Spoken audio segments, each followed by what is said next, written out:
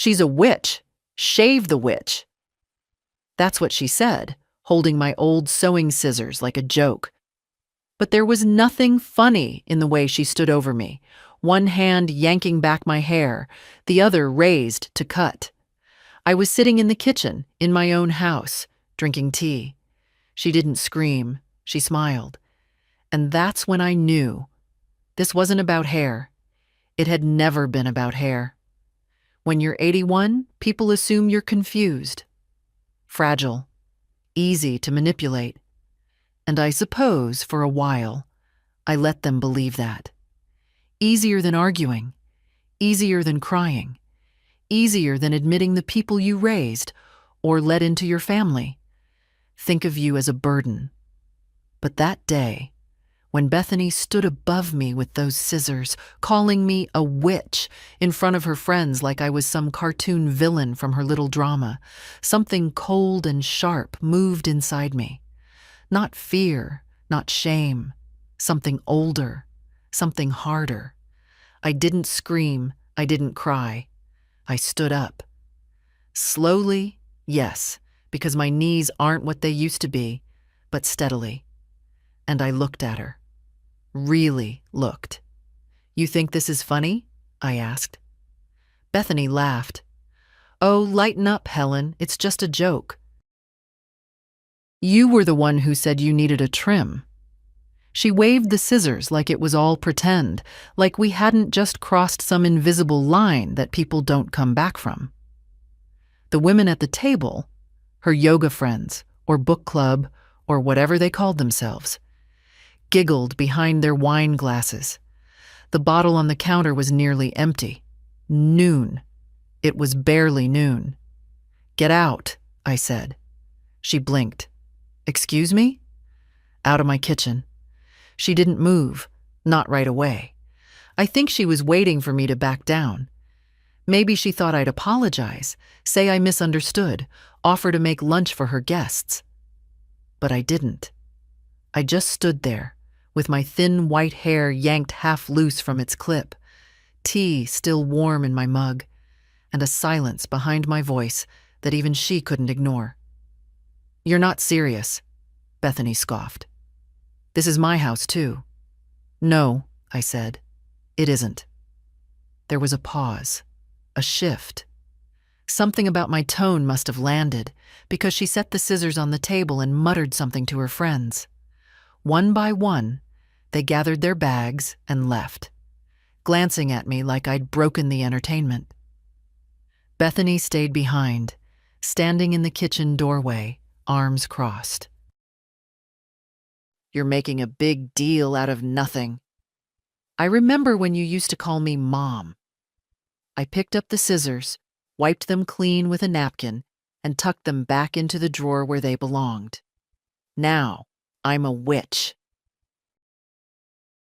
Bethany's voice turned sharp. "Well, maybe if you didn't act like one, always watching us, making comments, acting like you're above everything." I looked at her. 36 years old. Perfect posture. Nails always done. Her voice dripping with contempt like perfume. And yet, she lived in my house, slept in my late husband's bedroom, parked her luxury SUV in the driveway that I had resealed with my own pension money. I walked past her without another word. In the bathroom, I saw myself in the mirror, a thin line of red on my scalp where she'd yanked too hard, my skin sagging, pale, my eyes dull with age, but still clear, still mine. The rage didn't come in a storm. It came like fog. Slow. I touched the comb on the counter, then let my hand fall. I couldn't feel my hands. That scared me more than Bethany. It wasn't the first time. Not the first insult. Not the first humiliation. I remembered Christmas 2 years ago, how she forgot to put my name on the gift list, or how she always corrected my stories in front of her kids, like my memory was some defective thing to be repaired or dismissed. How she moved my photos off the mantelpiece to declutter. How my bedroom, the one room left that was still mine, was used for storage now. Boxes everywhere. Her boxes. And my son? Richard? He didn't see it. Or he didn't want to. That night, he came home late. I heard his voice in the hallway, the soft muttering between them. Then the silence. Nobody knocked on my door. No apology. No explanation. The next morning, Bethany acted like nothing happened. She made her coffee, complained about the gardener, told the dog to stop barking. I sat in the sunroom, staring out at the lawn I once tended myself. My hands still wouldn't warm up. I knew what had to be done. For the first time in years, I called Nancy, my lawyer.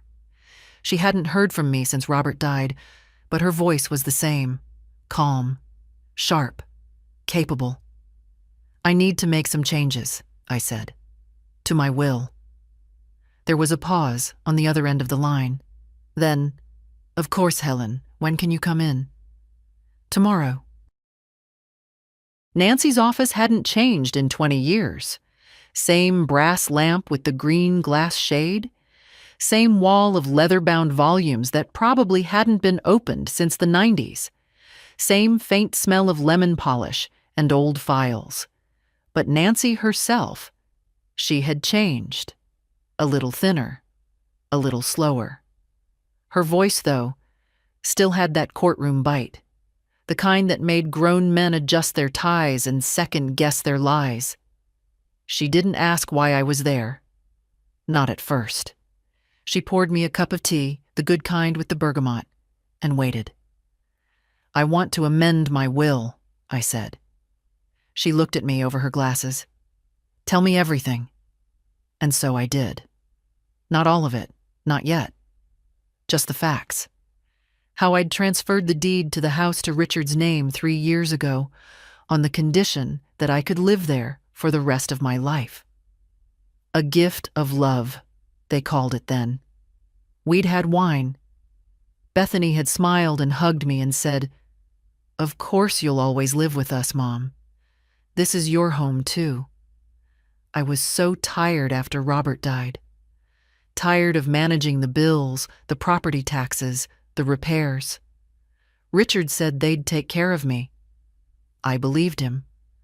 But promises decay faster than wood. Now they were measuring out my existence and how much space I took up. A spare room, a side comment.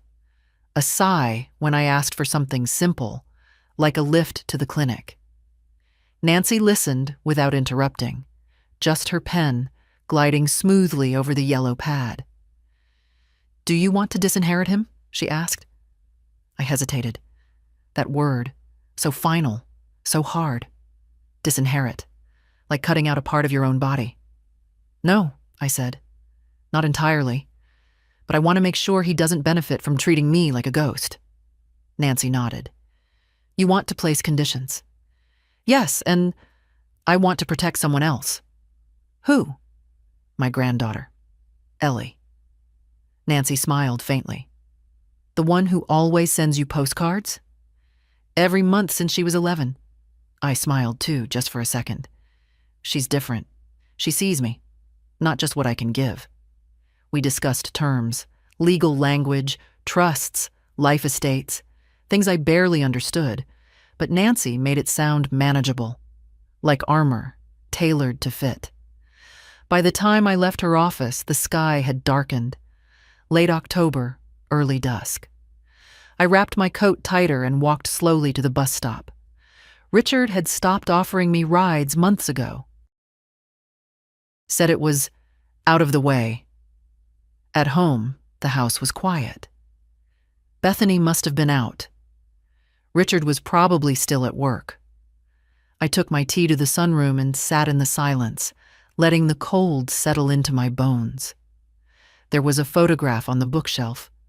Me and Robert at our 40th anniversary party. He was wearing that ridiculous blue bow tie Ellie gave him. He looked so proud. I touched the edge of the frame, wondering what he'd think of all this. Would he have seen it coming? The next morning, Bethany was already in the kitchen when I came down. She didn't look up from her phone. "Morning," I said. She grunted. I poured myself coffee. The pot was nearly empty. She'd made just enough for herself. Again. I didn't comment. "You got plans today?" she asked, still scrolling. "I went to see my lawyer yesterday," I said. Calm. Even. That got her attention. Her head snapped up, eyes narrowing. "What for?" "I'm making some changes." "To your will?" Her voice went up slightly. "Yes." A silence stretched between us, long and thin, like a wire pulled tight. Then she laughed. "Well, you do what you need to do. Just remember, Richard's the one who takes care of you now. That's not nothing." I stirred my coffee. "Does he? What's that supposed to mean?" I didn't answer. Instead, I turned and walked out of the kitchen, leaving her standing there with her perfect nails and her ugly smirk. That night, Richard knocked on my door. Not gently, not aggressively. Just controlled. "Mom," he said, stepping inside without waiting. "Beth told me you're making changes to the will." "I am." He exhaled, hands on his hips. "Can we just talk about this like adults?" I gestured to the chair. "Sit then." He didn't. "Look, I get it, okay? She said something dumb. But Bethany's stressed. The kids. Work. She didn't mean anything by it. She called me a witch and tried to cut my hair off in front of her friends." Richard flinched. "She was drinking. You're overreacting." That was the moment I saw it. Really saw it. The man I raised, who used to cry when his goldfish died, now defending a woman who humiliated his mother. Not because he didn't believe me, but because acknowledging the truth would cost him comfort. "I'm not changing the will out of spite," I said. "I'm changing it because I finally see things clearly." "Mom, come on. This is our house now. We're a family. You can't just—" "This was your father's house, and mine. I paid for every brick with 20 years of night shifts and elbow grease, and I gave it to you in good faith. That doesn't mean I gave you permission to erase me." He rubbed his face, frustrated. "So what? You're giving it all to Ellie." "I'm protecting the part of this family that still remembers what love looks like." Richard didn't answer. He stood there for a moment, then turned and left, the door clicking shut behind him. I heard him mutter something in the hallway. Bethany's voice, low and sharp, responded. In my room, I sat down on the edge of the bed and opened the drawer where I kept Robert's letters.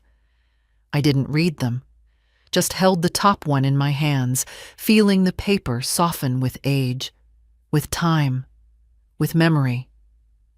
I wasn't done. Not yet. I hadn't planned on giving them the house.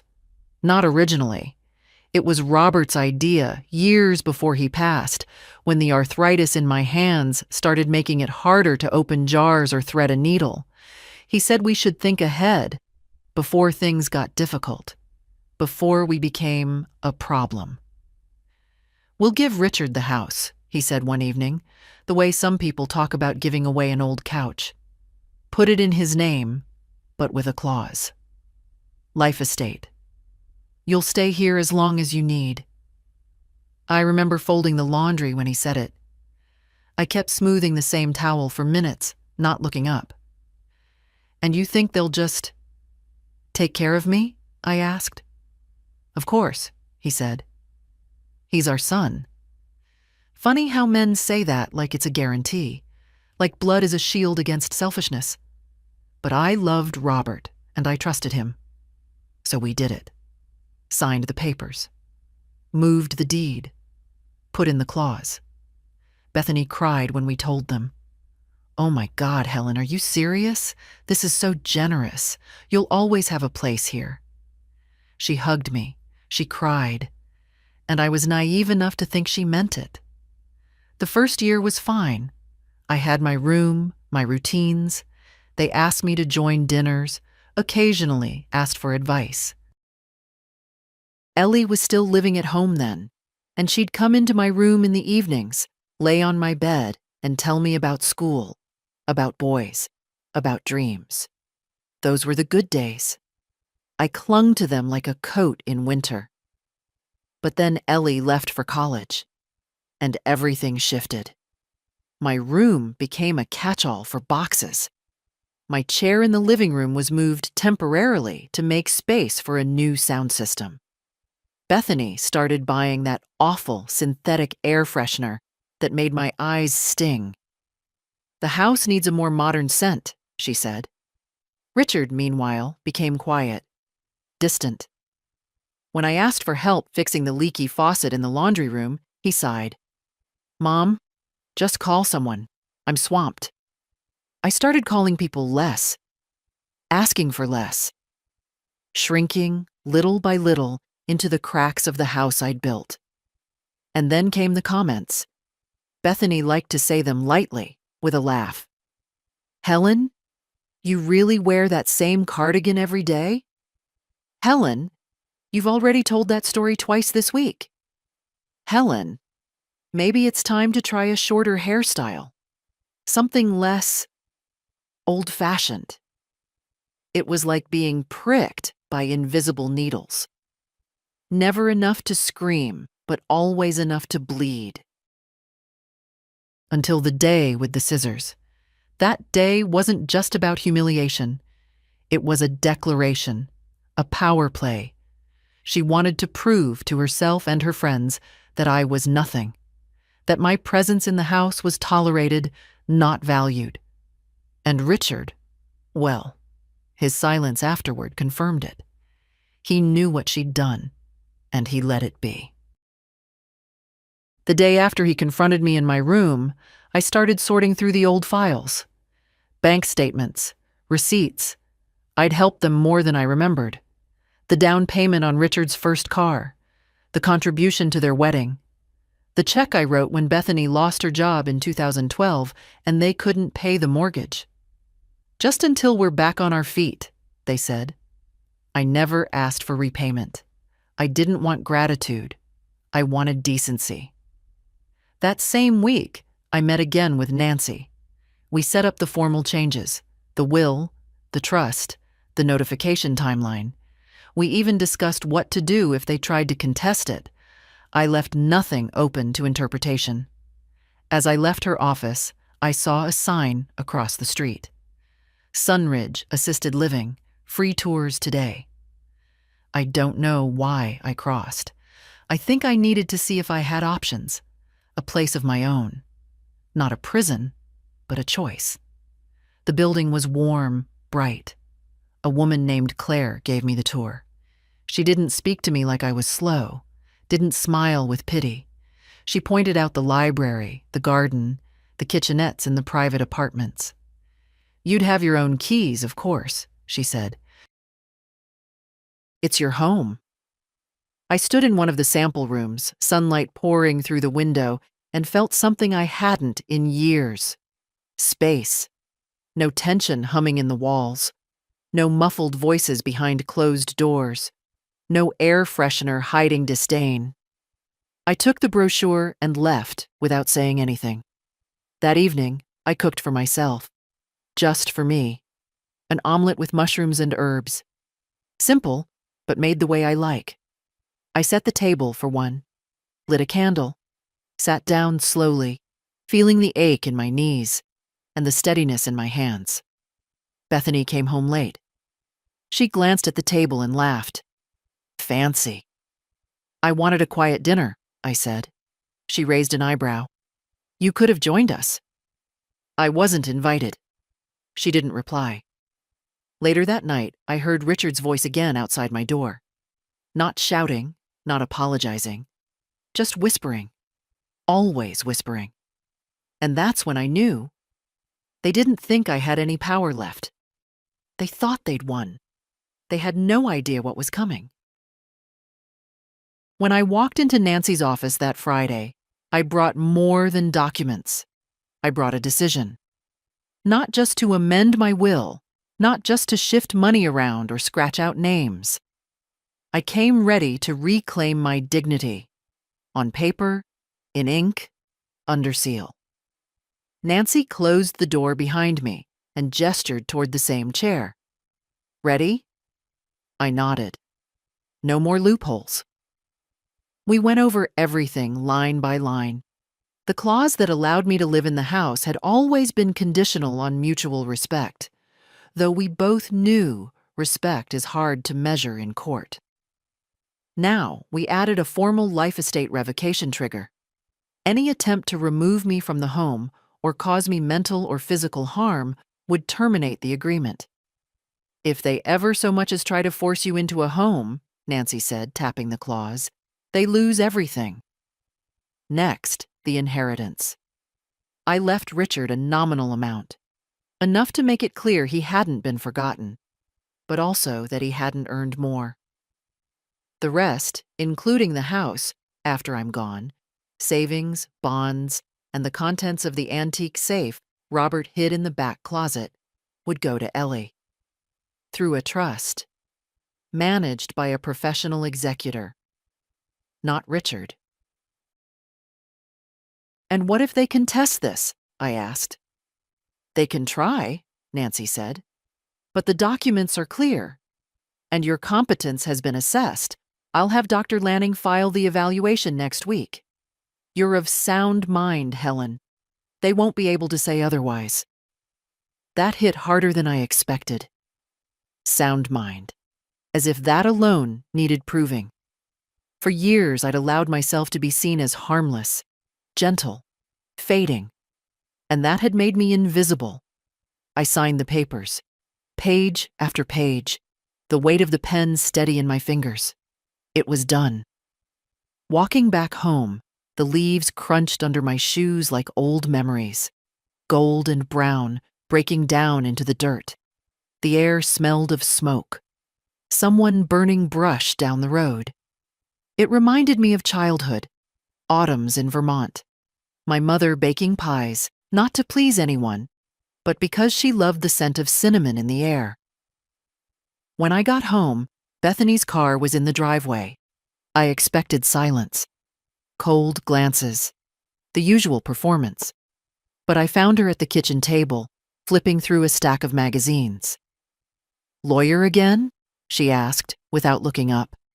I put my coat on the hook. Yes. She turned a page. You know, if you're changing things, it's only fair to let Richard know he's your son. I did, I said calmly. She froze. What do you mean you did? I told him. After you tried to cut my hair? That was a joke. No, that was a moment of clarity. She scoffed. You're overreacting. I opened the fridge. A half-eaten salad, a bottle of white wine, a container of soup, unlabeled. Nothing for me. I'm going to the market, I said. Suit yourself. I left the house without another word. I didn't slam the door. I didn't raise my voice. There was power in the quiet, the kind they didn't understand. At the market, I bought eggs, real butter, and a jar of blackberry preserves. I hadn't made biscuits in years, but tonight felt like a good night to start again. Not for them, not for company. For me. When I returned, Richard was home, his car still ticking warm in the driveway. I walked past him in the hallway without speaking. Helen, he said, using my name now, not Mom. I turned. We should talk. We already did. He stepped closer, palms up like a man begging for peace. Look, this is getting out of hand. Beth told me what you're doing. You're making lawyers rich and breaking this family apart. I didn't break anything, I said. I just stopped pretending. His jaw clenched. What do you want? An apology? Do you want Beth to kiss your feet? I want respect. She's trying. You're not easy to live with. And you think I enjoy living in a house where I'm erased? Where my presence is tolerated like mold in the basement? That's not fair. No, Richard, I said, voice steady. What's not fair is being treated like a burden in the house I paid for. What's not fair is watching your wife laugh as she calls me a witch and you standing there doing nothing. He didn't respond, just stood there, stuck between guilt and habit. Whatever's in that new will, he finally said, I hope it's worth it. It is, I said, because for the first time in years, I sleep without grinding my teeth. He turned and walked away. That night, I baked. The kitchen filled with warmth, the butter scent curling through the halls like an old lullaby. I ate alone. 2 biscuits with jam, a cup of strong tea, and a book I'd been meaning to reread for years. They didn't come downstairs. No footsteps, no comments, only silence. And in that silence, I felt something shift. The next morning, I called Claire at the assisted living center. Hi, dear, I said. I'd like to schedule a trial stay, just a week. I want to see what it feels like. Claire sounded delighted. Of course, Helen. We'd love to have you. I stood at the window after hanging up, the early sun hitting the frost on the grass. It sparkled like sugar. They thought they'd pushed me into a corner. They had no idea I was building a door. It surprised me how easy it was to arrange a trial stay at Sunridge. I thought there'd be forms, hesitations, some kind of evaluation. But Claire handled everything with a smile in her voice. We'll have your room ready Monday. You don't need to bring much, just what makes you feel like you. I hung up and looked around my room. My things, my photos. My father's watch still in the top drawer. The little sewing kit Robert gave me when we couldn't afford anything fancier. My life, distilled into a single room in a house that no longer felt like mine. I didn't say anything that weekend. Not to Richard. Not to Bethany. Let them sit with their silence. Let them wonder. I cooked for myself. I cleaned what I needed. I moved through the house like a tenant preparing to move out. Because I was. Monday morning, I dressed neatly. Gray wool skirt, white blouse, the cardigan Ellie sent from university. I packed a small suitcase and left it by the door. When Bethany came down and saw it, her eyebrows lifted. Going somewhere? Yes. For how long? A week? She sipped her coffee, unconcerned. Richard didn't say anything. I didn't tell him. That got her attention. Her head tilted slightly, suspicious. What's going on, Helen? I'm trying something new. You mean that senior place? I smiled. Sunridge? Yes. She snorted. You'll hate it. Old people and rules. You won't last 2 days. Maybe, but I'll decide that for myself.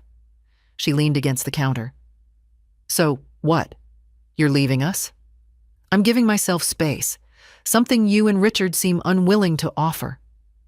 Bethany opened her mouth, to argue, to scoff, to insult. I don't know, but I didn't wait to find out. I picked up my bag, opened the door, and left. Claire met me at the entrance, her smile warm and steady. The room was small but bright.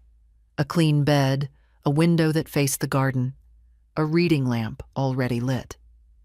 We've got a watercolor class at 11, she said, or you can just settle in. I think I'll walk a little. The garden was quiet. Trees half turned gold, birds picking at seed trays. A woman in a lavender coat sat on a bench, nodding at me as I passed. No one looked through me. No one asked what I was doing there. That first evening, I slept better than I had in months. No footsteps above my head. No muffled arguments. Just the gentle creak of the heating system and the faint chirp of a clock down the hall. On Wednesday, I called Ellie. Grandma? Her voice lifted in surprise. Everything okay? I'm at Sunridge, just for a week. She was quiet a moment. You okay? Better than okay. I'm breathing. That made her laugh. That bad, huh? It's not just the house, sweetheart. It's how it feels to be ignored in it. I know, she said softly. I've seen it. That stayed with me all night. I've seen it. And she had. Even as a teenager, Ellie had noticed things the others didn't, or didn't care to. On Friday, Claire brought me a form. If you decide to stay permanently, we can waive the deposit, she said. No pressure. I didn't answer right away. I wasn't sure yet. I needed to see what they'd do without me. That night, I called Richard. He answered on the third ring. Mom? I'll be gone a few more days. Where are you? Sunridge. Silence. Are you okay? I'm fine. You could have told us. I didn't think you'd care. That's not fair. No, I said. What's not fair is living in a house where I'm mocked and erased. You let that happen. Every day. He didn't deny it. I'm not saying this is forever, I said. But I needed to remember what it feels like to be treated like a person. More silence. Then, Bethany's upset. I'm sure she is. She says you're trying to make her look bad. She did that herself. I hung up before he could argue. That weekend, Ellie came to visit. She brought cookies. Sat with me in the garden. Asked about my favorite books. About Robert. About my mother. You know, she said, brushing crumbs off her jeans, when I was little, I used to think this house would be yours forever, that no matter what, you'd be there, like a lighthouse. I looked at her, this young woman with Robert's eyes. Maybe I stayed too long, I said. Maybe the light was never meant to keep others safe. Maybe it was meant to show me the way out. She nodded. I think you're braver than all of us. For the first time in weeks, I cried. Not from pain, but from recognition. I returned home the following Monday, not because I had to, not because I missed it, but because I needed to see what the house looked like when I wasn't inside it, what they had allowed it to become in my absence. The porch light was off, though it was already dusk. The trash cans were overflowing, and someone had left a pair of muddy shoes on the welcome mat. I used to sweep that porch every Friday. I used to care. Inside, it was quiet, not peaceful, just hollow. Bethany was in the kitchen. She glanced up from her phone. You're back, she said flatly. For now. She leaned on the counter, arms crossed. You planning on moving out permanently? I'm considering it. Richard came in from the garage, wiping his hands. Mom. Richard. He gestured toward the table. We should talk. No, I said. You should listen. They both looked startled. Maybe they expected the usual, the careful mother, the patient guest in her own home. I went to Sunridge, I said, because I needed to remember who I was before I became a coat rack in your hallway. Bethany rolled her eyes. Here we go. I'm speaking, I said sharply.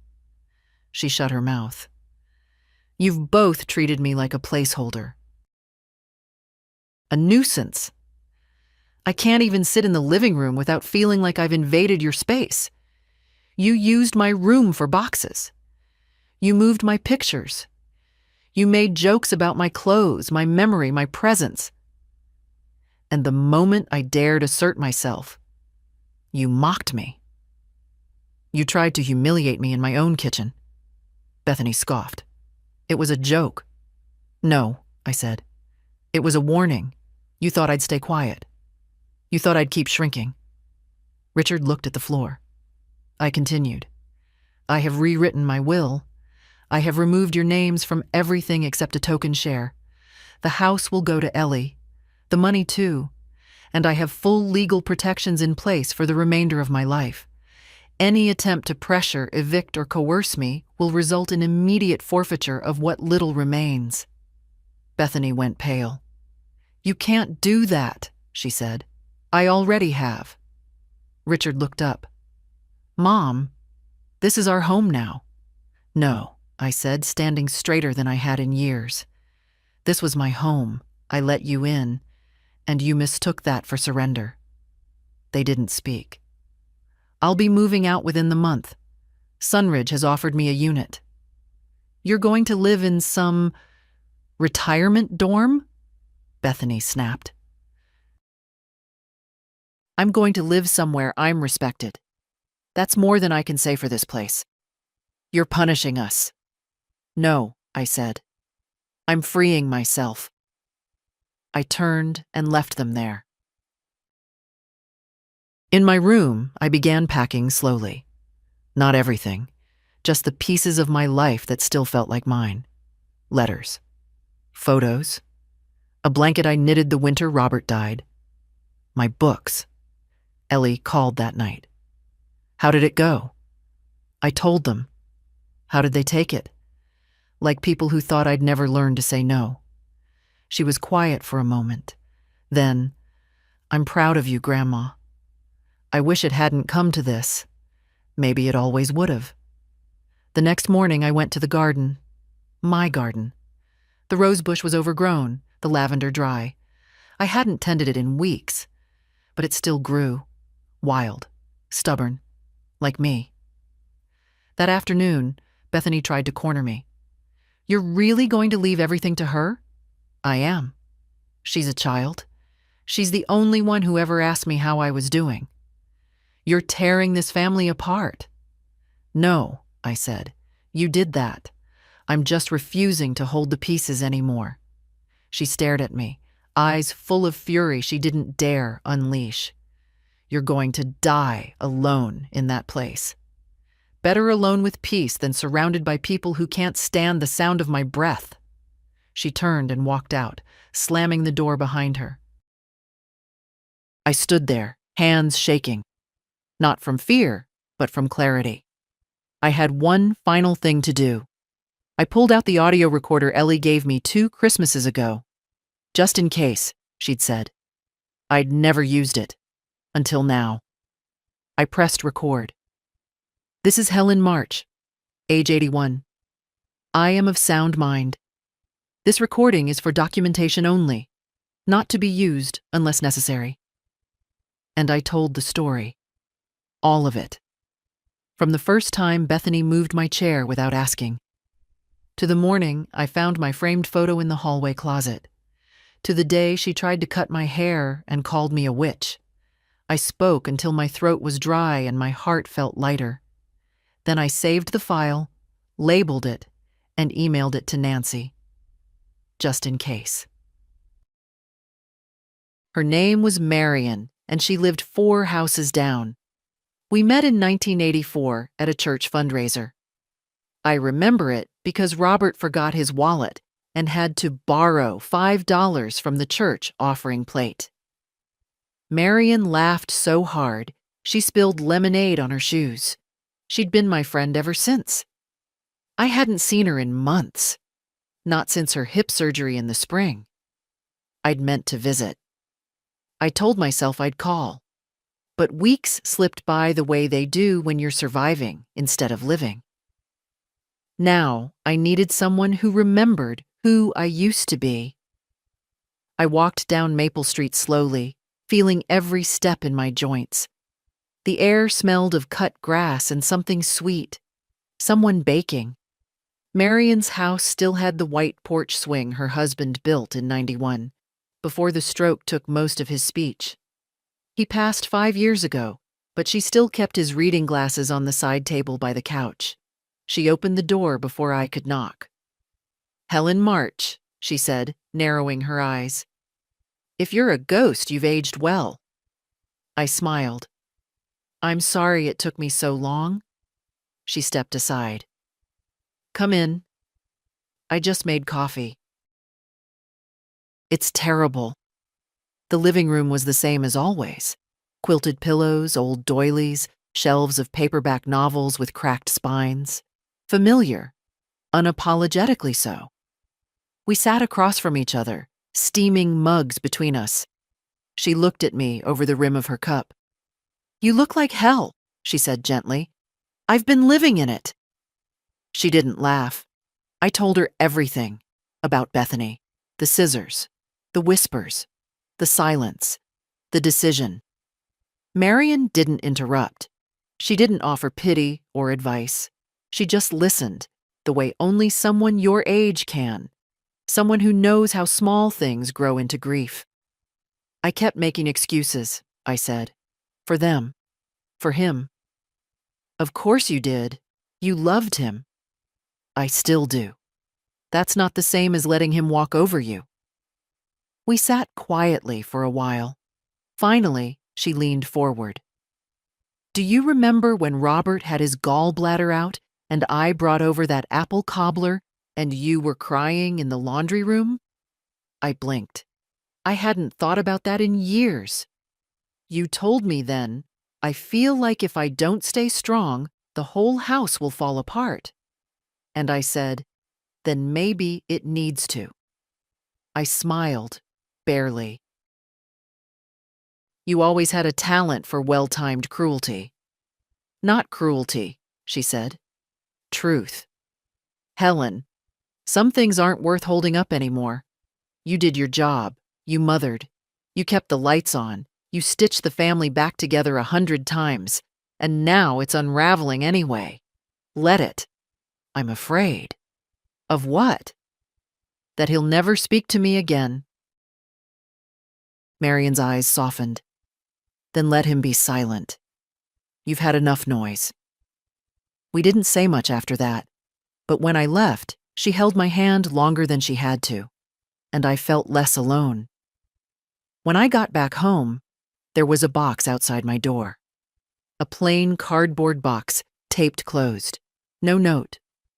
Inside, my framed photo from the mantel, a stack of birthday cards Ellie had made me over the years, the lavender soap I liked that Bethany had accidentally stopped buying. All packed like evidence. Or worse, like a send-off. She was marking my exit before I'd even moved out. I didn't cry. I didn't knock on their door. I carried the box into my room, set it on the bed, and stood looking at it for a long time. The next day I called Claire and said I'd take the room. "Are you sure?" she asked. "Yes." "Wonderful.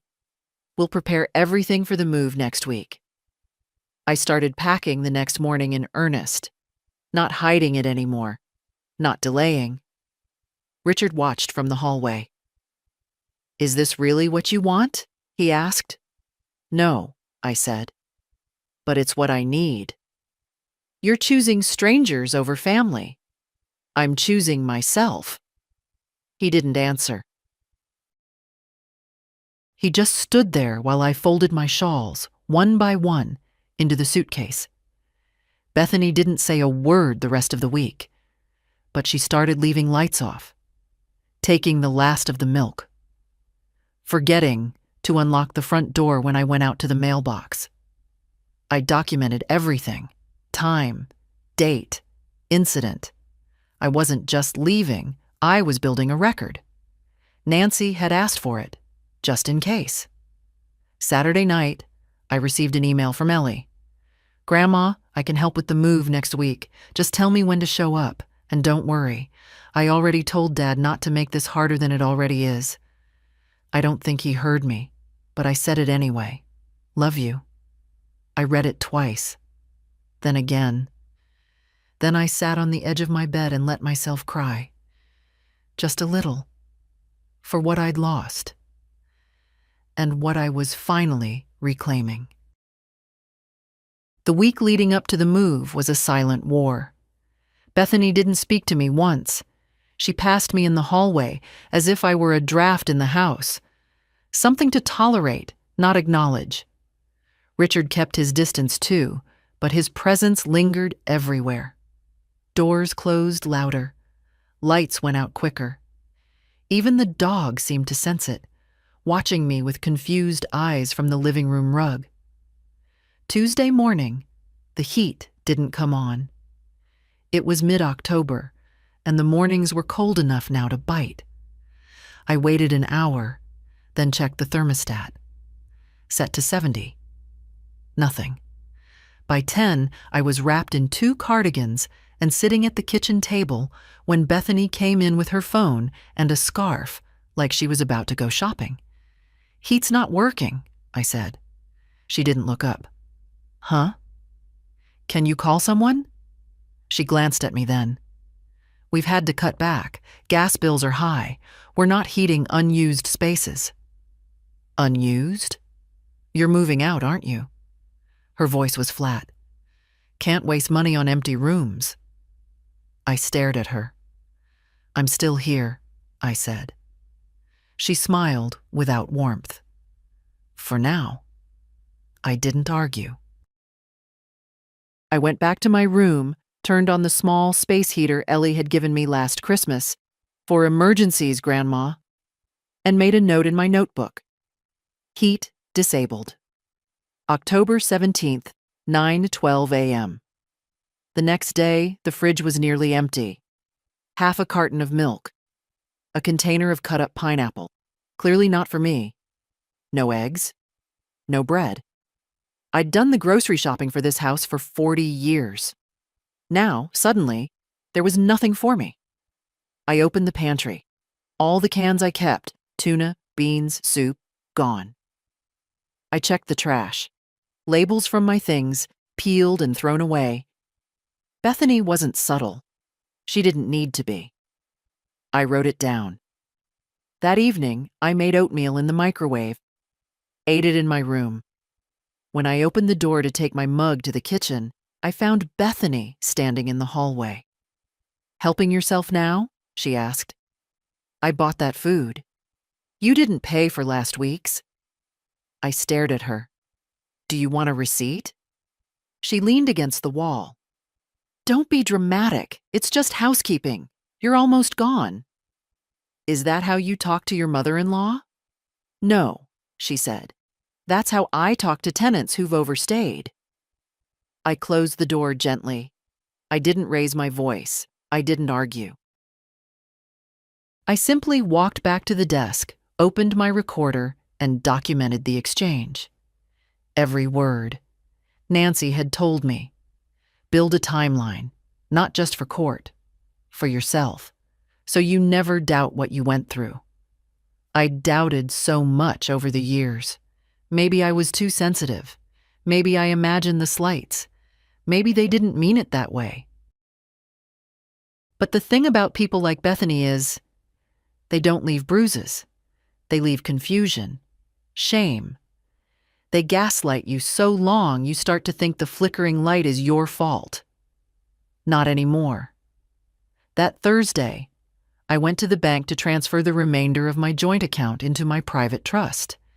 It had been under both our names, mine and Richard's, since the estate transfer.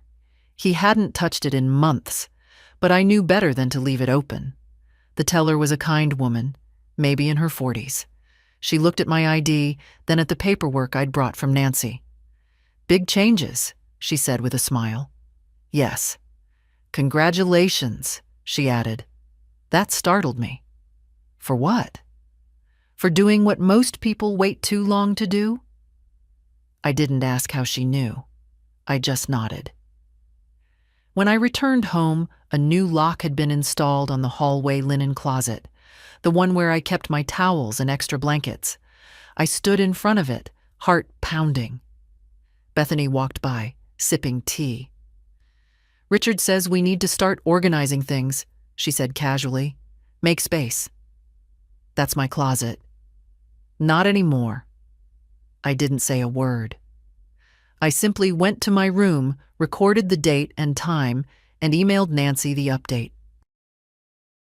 That night, I slept in socks and gloves. Ellie arrived Friday afternoon to help with the move. She looked tired, Midterms, probably, but hugged me tight at the door. "Grandma," she whispered, "I'm so proud of you." We packed quickly. I'd done most of it already. She just helped carry boxes to the car. Bethany stayed upstairs. Richard didn't come home until we were nearly done. He saw Ellie in the driveway and called out, "Need help?" She didn't answer. Inside, I stood by the fireplace one last time. I touched the empty mantel where Robert's photo used to be. The space looked cleaner now, but colder. "I'm ready," I said. Ellie drove. As we pulled out of the driveway, I didn't look back. Not once. Sunridge felt different the second time. Not just cleaner or brighter, freer. This time, I wasn't a guest. I was a woman who had made a choice. That's a different kind of arrival. Claire helped me settle into my permanent unit, slightly larger than the trial room, with a private bathroom and a south-facing window that let in the afternoon sun. She'd even left a little welcome card on the dresser with a small pot of lavender. I unpacked slowly. No rush. Every sweater I folded into the drawer felt like another inch between me and that house. My room was small, but nothing here made me feel like I had to apologize for existing. That was worth more than square footage. Ellie stayed for an hour. We didn't talk much. She just sat on the edge of the bed while I arranged my books. At one point, she pulled out a small wooden box and handed it to me. "What's this?" "Grandpa's watch," she said. "It was in the closet. I took it before they could sell it." I held it in my palm. The leather strap was dry and cracked, but the face still ticked. Steady. "Thank you," I whispered. Ellie stood and hugged me tight. "I'll come by this weekend, and if they try anything—" "They won't," I said. Not anymore. That evening, I joined the other residents for tea. Nothing formal, just a handful of people in the common room, sharing a tray of cookies and stories that started with "back when gas was 15 cents a gallon." A woman named Ethel told a joke about her third husband's snoring. Another, Grace, complained about the soup. I laughed. Not because they were funny, though some were, but because no one here looked through me. There was no performance, no soft contempt, just people and time and the slow rhythm of living. The next morning, I received a voicemail from Richard. "Mom, we need to talk. Please call me back." I didn't. Later that day, another call, this time from an unfamiliar number. I let it ring. Voicemail. "Hi, this is Janice from Northview Elementary. We have your contact listed as Ellie March's emergency backup. She's okay, but we thought you should know she fainted during a tutoring session. We've called her parents, but she specifically asked for you." My hands trembled as I pressed redial. By the time I got through, Ellie was already home. Richard had picked her up. The nurse said it was stress and low blood sugar. Midterms, probably. But what stayed with me wasn't the fainting. It was the fact that she asked for me. Me, not them. That night, I couldn't sleep. I sat by the window, Robert's watch ticking softly beside me, and thought about the weight of love. How it endures, how it stretches, and how sometimes it ends up in the wrong hands. The next day, Nancy called. "I listened to the recording," she said. I sat down slowly. "And?" "It's strong, clear, better than a dozen affidavits." "Will it be enough?" "It's more than enough, especially paired with your documentation. If they contest the will, we'll bury them in paper." "I don't want revenge." "I know," she said gently. "You want safety, and you've earned it." We talked through final steps: executor confirmation, property evaluations, the timeline for legal notification.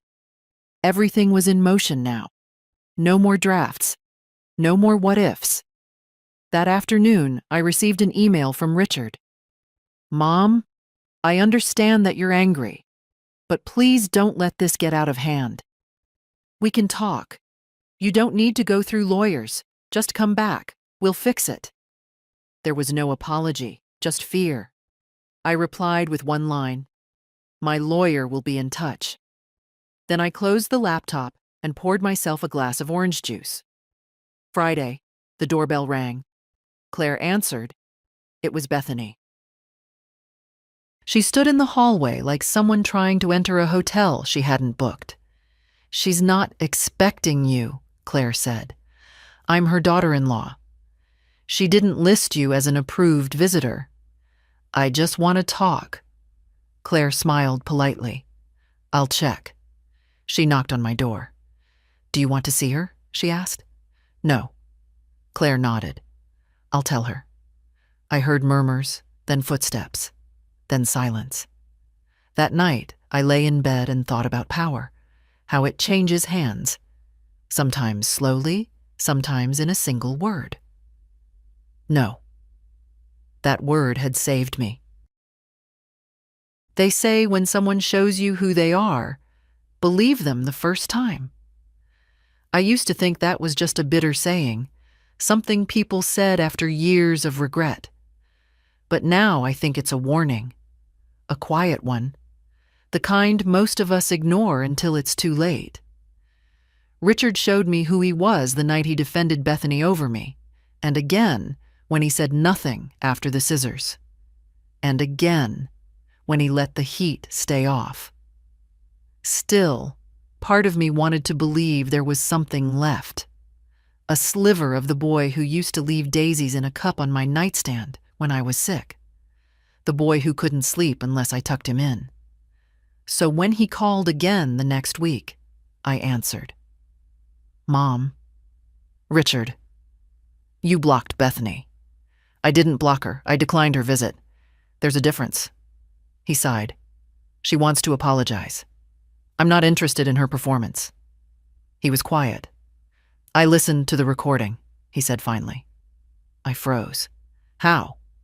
"She found it, on your laptop, before you moved. She copied it." "Of course she did." "She played it for me," he continued, "said you'd twisted everything, that you edited it." I waited. "I didn't hear anything twisted," he added. "I heard you." That silence between us, the one that had been growing for years, shifted slightly. Not gone, but thinner. "I should have stopped her," he said. "Yes." "I should have stepped in sooner." "Yes." More silence. "I don't know how to fix it." "You can't," I said, "but you can stop breaking it." He didn't ask me to come back. He didn't cry. But his voice, for once, didn't sound like a stranger's.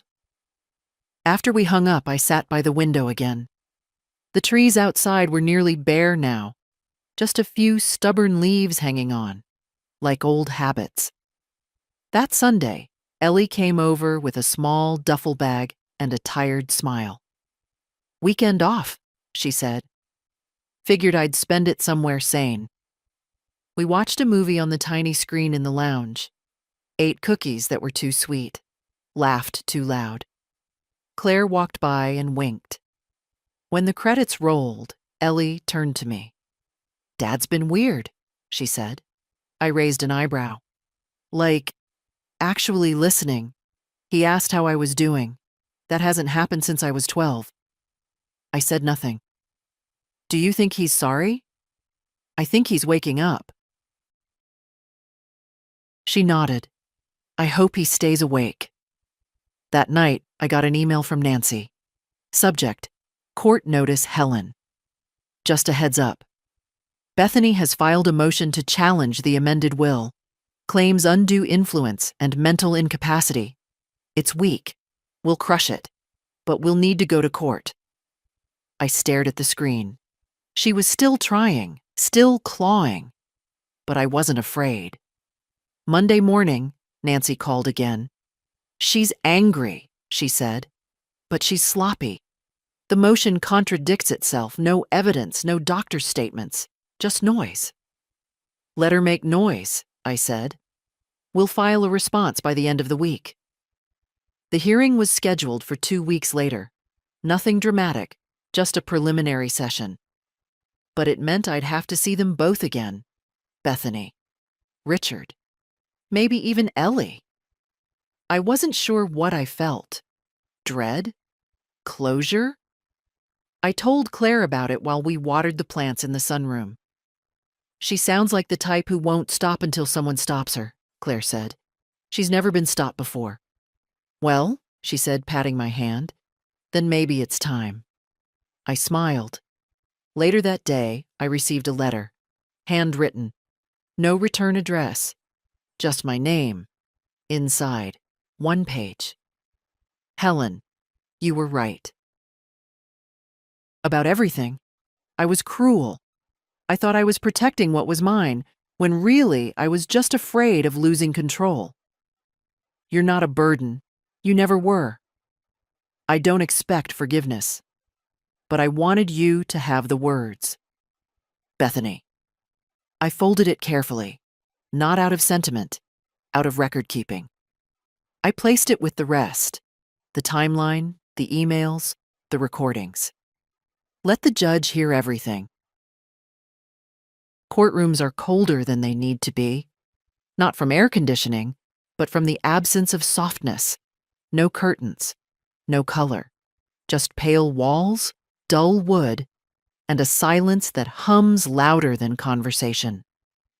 The hearing was scheduled for 10 a.m. I arrived early, wearing my best coat, navy blue, with a silver brooch Robert gave me for our 35th anniversary.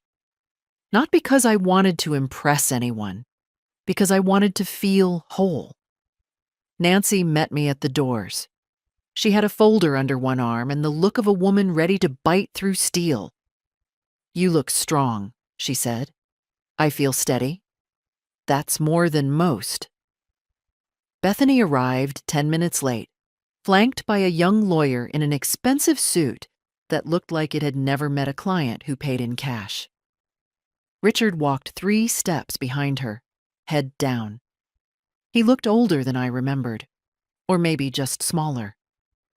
Bethany didn't look at me. She didn't need to. Her body radiated tension, back straight, jaw tight, every movement calculated. She was wearing pearls, as if that could make her decent. The judge was a woman, late 50s, sharp eyes.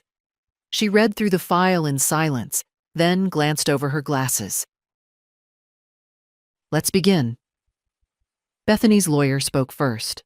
Long words, phrases like emotional manipulation and capacity concerns.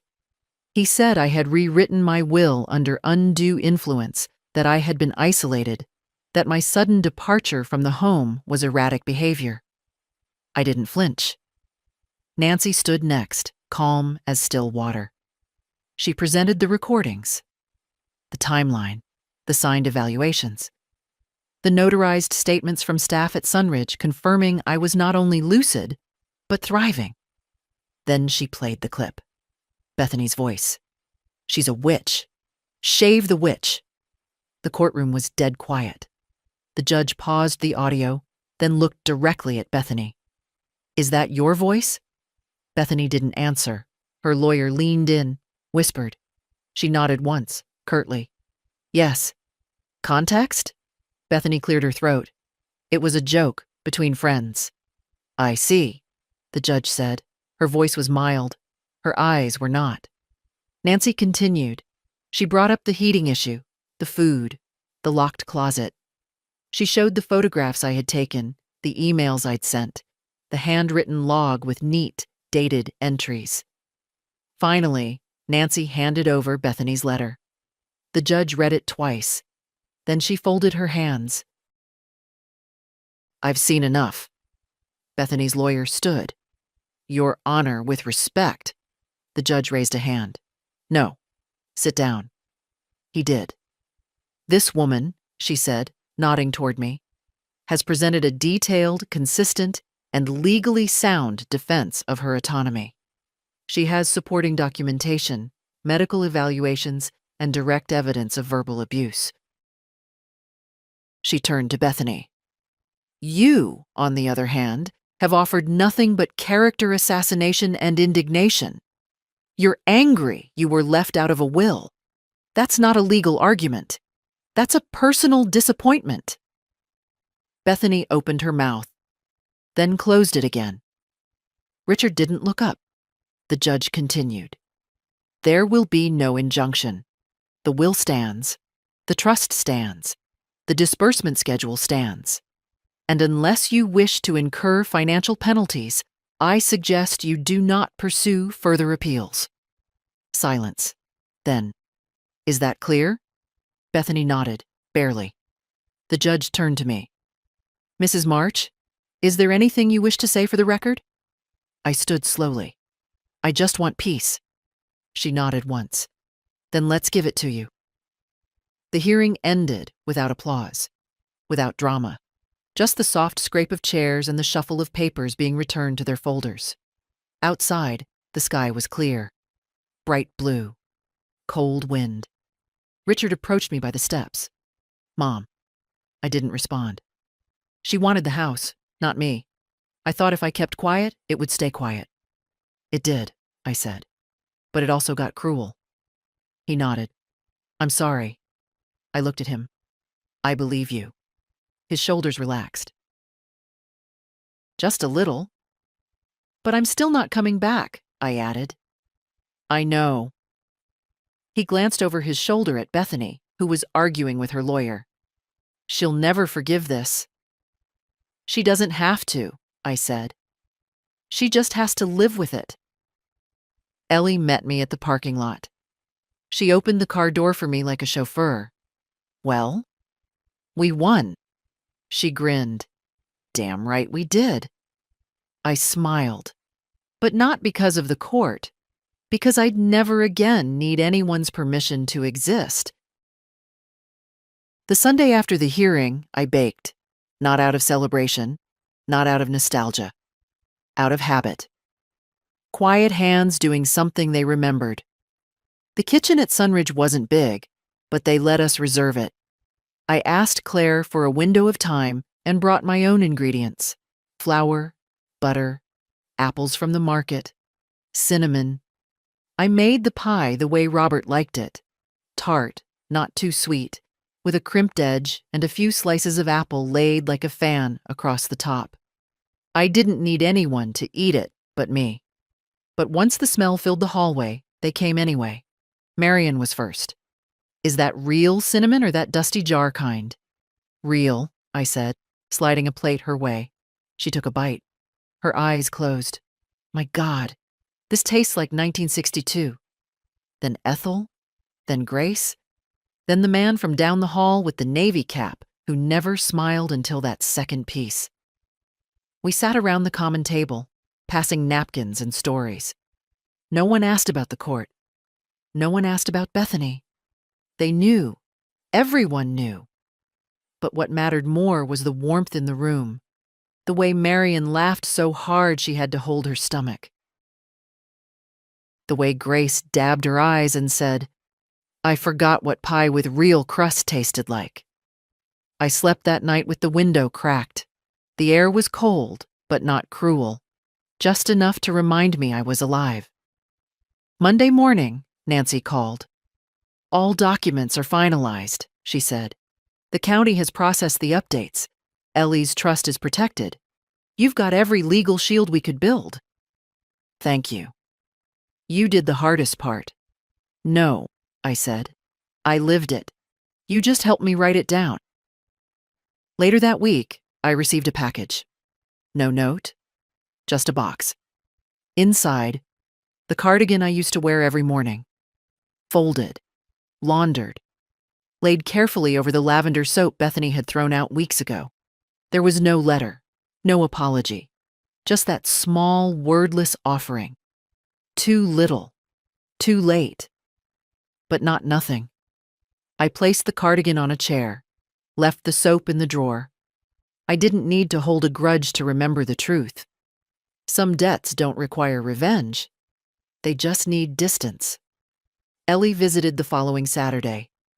We walked in the garden. The chrysanthemums were blooming again. She told me about school, her friends, how she was thinking of studying elder law for obvious reasons. I laughed.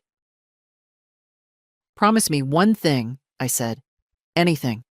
Don't forget how easy it is to let silence do harm." She nodded, serious. "I won't." Before she left, she handed me an envelope. "What's this?" "A surprise." I waited until she was gone. Inside, a photo of her, age 10, sitting in my lap. We're both holding a book, her face mid-laugh. Mine, peaceful. On the back, she'd written, "The day I decided I wanted to be like you." I cried then, not from sadness, from recognition. That night, I went to the bookshelf and pulled down Robert's letters. I hadn't opened them in years. They weren't love letters. Not in the Hallmark way. They were notes he wrote every morning before work. "Don't forget to eat lunch. Call Marion back. She worries. You are not invisible." I read them slowly, one by one. And for the first time since he died, I wrote one back. I placed it in the drawer, under his watch. I kept going. I finally said no. And I am not invisible anymore. It was late November when I saw Richard again. He called ahead, the first time he'd done that in years. Asked if he could come by. Just him. "No surprises," he said. I didn't say yes right away. I thought about it overnight. Then I told him he could come Sunday at 2. I made no promises about what would happen after that. When he arrived, he looked tired. The kind of tired that comes from realizing the damage you've helped build, brick by brick, thinking it was a home. He didn't bring flowers or food, just a folder. We sat in the small sitting room near the entrance. Claire brought tea. I noticed Richard didn't take sugar. He always used to. "I'm not here to ask for anything," he said. "Good," I replied. He took a deep breath. I left her. I raised an eyebrow. "Bethany, I moved out last week. I'm staying at a friend's for now." I said nothing. I realized, he went on, that I kept waiting for her to change, but I never asked myself why I didn't. That landed harder than I expected. He looked down at his hands. I thought keeping the peace meant keeping quiet. I thought loyalty meant staying still. I let him speak. Not because I forgave him, but because I knew what it cost to say those words aloud. "She told me I was soft," he said. "Said you'd poisoned me against her. That I was weak for feeling guilty." "Did you feel guilty?" I asked. He nodded slowly. "Every day." I sipped my tea. He opened the folder. Inside were papers. Scans of documents, letters. "I wanted you to have these," he said. "They're from Dad. Letters he wrote to you, to me, even one to Ellie. I found them in the basement. She hid them." My chest tightened. She said they were just old papers, that they didn't matter. I reached out and took the folder. My fingers shook slightly as I touched the pages. "I haven't read them yet," he added. "I thought maybe you should decide what to do with them." That was the first real kindness he'd offered me in a long time. We sat in silence for a while. He glanced around the room. "It's nice here." "It's mine." He nodded. "Are you happy?" he asked, almost too softly to hear. "I'm free," I said. "That's better?" He nodded again. "I want to be better too, not for the will, not for money, just because I see it now." What I became. You weren't the only one who didn't see. I know. He stood to leave, hesitated, then stepped forward and kissed the top of my head, like he used to when he was little. "I'm sorry, Mom." I didn't answer. Not then. Not out loud. But I didn't pull away. After he left, I brought the folder to my room. I opened it carefully, reverently. Inside, 7 letters, all in Robert's handwriting, all dated after his diagnosis. The one to me was short. Helen, if you're reading this, I'm already where I can't hold your hand. But I want you to know, you've carried more than your share. If they forget what you've done for this family, don't you dare forget it yourself. Speak up. Say no. And when it's time, let go. Love you always, R. I read it 3 times. Then I folded it back and placed it beside the one I had written to him. A conversation across years. That night, I sat by the window again. It had snowed lightly, just enough to dust the tops of cars and rooftops. The sky was low and gray, the kind that softens sound. I thought about what Richard had said, about leaving, about guilt, about change.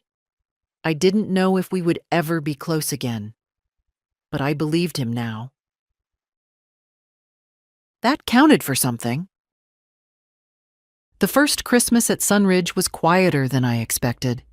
No children running through the halls, no overcooked turkey or tense conversations over wine. Just a modest tree in the common room, a tray of shortbread, and Bing Crosby playing softly from a Bluetooth speaker someone's grandson had set up. And yet, it felt more like Christmas than any I'd had in years. Marion knit scarves for everyone. Grace organized a secret Santa, which meant 6 of us ended up with lotion or crossword books we already owned, but no one complained. We sat around in our silly hats, laughing too hard over dollar gifts and stale jokes. I received a small package from Ellie, a handmade card, a tin of peppermint tea, and a silver necklace with a tiny H pendant. "You taught me what strength looks like," she'd written. I wore it every day afterward. On Christmas Eve, Richard called again. "I'm not asking to visit," he said. "I just wanted to say Merry Christmas." His voice was quiet, sincere. "Merry Christmas," I said back. There was a pause. "I saw Ellie this morning," he said. "We had breakfast. She tell you anything new?" He chuckled. "Only that I'm lucky she still answers my texts." "You are." "I know." I heard something shift in his voice then. Not emotion exactly, but humility. The kind that takes years to grow. "I'm not fixing everything overnight," he said, "but I'm trying." I didn't tell him I forgave him, but I wished him peace, and that was enough. That night, I walked through the garden. It was freezing, but still. A few lights twinkled in the hedges. Someone had strung them up last minute, battery-powered, uneven. Beautiful in their imperfection. I thought of Robert, of our last Christmas together, the way he sang off-key to carols and burned the ham, the way he kissed my temple when no one was looking. I whispered into the cold air. I made it through. I don't know who I was speaking to. Him, myself. Both. The next day, Bethany sent an email. Subject, no subject. You got what you wanted. Congratulations. I hope it keeps you warm at night. I stared at the screen, not with anger, not even sadness, just recognition. She hadn't changed, and maybe she never would. But I had. I didn't reply. Instead, I opened the digital folder I'd made, labeled Truth, in case they forget. Inside, all of it. The recordings, the timeline, the scanned letters, the court transcript, and at the top, a document titled simply, What They Tried to Take. I didn't need to share it, not now, maybe not ever. But it was there, for Ellie, for the record, for myself. New Year's came quickly after. We toasted with ginger ale and sugar cookies. Someone brought a karaoke machine, and Ethel sang a surprisingly moving version of Auld Lang Syne. We all clapped, even though half of us forgot the words. I sat by the window again that night. Robert's watch ticking beside me. Midnight came without fanfare. No gunshots. No yelling. Just the soft hush of time moving forward. The first day of January, I wrote one sentence in my journal. I am no longer explaining who I am to people who refuse to see me. And that was the last time I wrote about Bethany. She became what she'd always been, a lesson, not a ghost, not a wound, a name I no longer had to carry. Spring arrived slowly, the way it always does when you've been through a long winter. The kind of winter that sits on your chest more than your doorstep. At Sunridge, daffodils were the first to rise, yellow and bright. No permission asked. The garden buzzed again. Birds returned. Even the cranky man in Unit 3 started smiling at strangers. I started sleeping with the window open. Just a crack. Enough to feel the breeze on my face as I fell asleep. Some nights I still reached for Robert's watch before bed, like a tether to something that would always make sense. Marion had a birthday in April, 91. We baked a terrible cake together, dry as cardboard, but made with real eggs and laughter. She told me, "We're not old. We're just done putting up with things." I liked that. Ellie came on weekends, sometimes with homework, sometimes just for tea. She'd sit cross-legged on my bed, her shoes kicked off, telling me stories about lectures and roommates and the professor who smelled like wet pennies. "You know," she said one afternoon, "I don't think I'll ever marry." I looked up from my knitting. That a statement or a warning? She laughed. "I just mean, I watched what silence did to you, and I want more than survival. I want joy." I reached over and took her hand. "Then don't settle for less." We didn't speak for a moment. Then she said quietly, "You changed me." I squeezed her fingers. "You kept me going." A few weeks later, I received a letter from a woman I didn't know. She wrote, "My daughter sent me your story. She said, 'This sounds like Grandma.'" I cried reading it. Not because it was sad, but because it was brave. I didn't know women like us could still take our stories back. "Thank you for showing me we can." I held that letter for a long time, and then I started receiving more.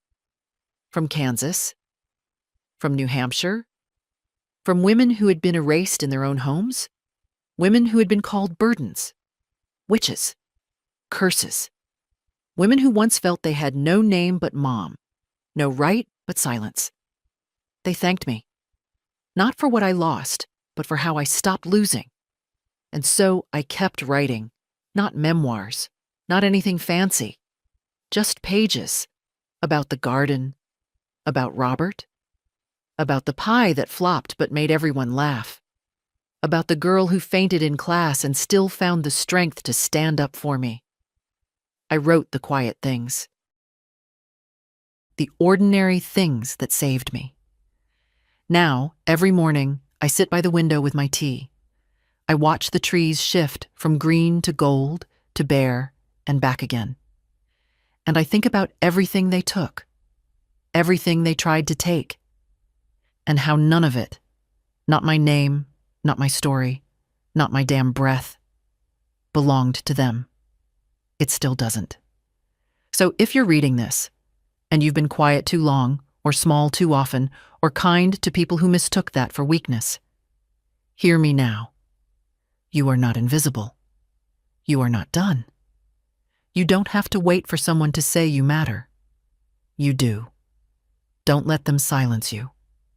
Tell your story.